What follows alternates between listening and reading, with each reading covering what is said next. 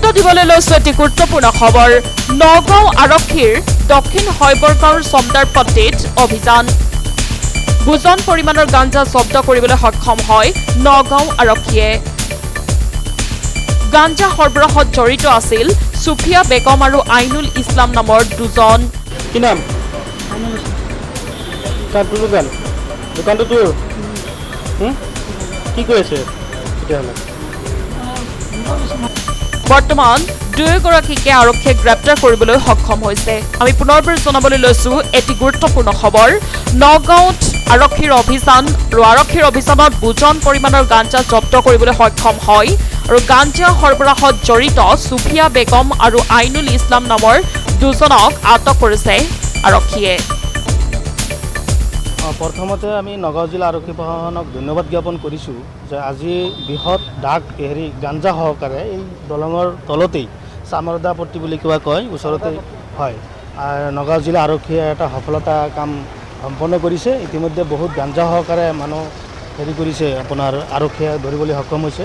গতিকে আমি নগাঁও জিলা প্ৰশাসনক পূৰ্বৰ পৰাই দাবী উত্থাপন কৰি আহিছোঁ যে নগাঁও টাউনত বিভিন্ন গুলিয়ে গুলিয়ে এই ড্ৰাগছ আৰু গাঞ্জা বিভিন্ন অপৰাধমূলক কাৰ্যত বহুতেই লিপ্ত থাকে আৰু বহুত আমি দোকান দেখিছোঁ এই সৰু সৰু দোকান তেওঁলোকে লৈ বহি আৰু এই দোকানৰ ভিতৰত এনেকুৱা ধৰণৰ অসামাজিক কাৰ্যকলাপত জড়িত থাকে।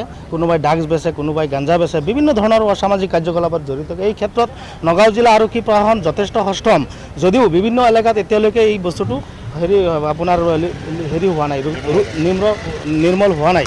সেইকাৰণে আমি অসম সংখ্যালঘু সংগ্ৰাম পৰিষদে নগাঁও জিলা প্ৰশাসনৰ লগত আমি আছোঁ আৰু যেতিয়ালৈকে ড্ৰাগছমুক্ত অঞ্চল নহ'ব, যেতিয়ালৈকে ড্ৰাগছমুক্ত টাউন নহ'ব তেতিয়ালৈকে সমাজৰ এইবিলাক আমাৰ কোনো ক্ষেত্ৰত উন্নত নহয়। গতিকে আমি সংগ্ৰাম পৰিষদে নগাঁও জিলা প্ৰশাসনক এই ক্ষেত্ৰত ধন্যবাদ জ্ঞাপন কৰিছোঁ আৰু বহুত কাম কৰিব লগা আছে। নগাঁও জিলা প্ৰশাসনে মানে যদি ভালকৈ কাম কৰে নিশ্চয় আমি সংগ্ৰাম পৰিষদ বিভিন্ন দল সংগঠনে সহায় সহযোগিতা কৰিম আৰু এনেধৰণৰ বহুত দোকান পোহাৰ আছে আৰু সকলো দোকান পোকাৰত যদি তেওঁলোকে অলপ তিষ্ট নজৰে চাই নিশ্চয় আৰু ইয়াতকৈ আৰু সঠিকভাৱে তেওঁলোকে অপাৰেশ্যন কৰিব পাৰিব। গতিকে নগাঁও জিলা প্ৰশাসনক আমি ধন্যবাদ জ্ঞাপনৰ লগতে আমি আহ্বান জনাইছোঁ যেনেকুৱা কাম আৰু কোনো যদি কোনো ঠাইত আছে নিশ্চয় এই ক্ষেত্ৰত নগাঁও জিলা আৰক্ষীয়ে নিশ্চয় ব্যৱস্থা ল'ব আৰু আমি সংগ্ৰাম পৰিষদে নিশ্চয় আমি সহায় সহযোগিতা কৰিম।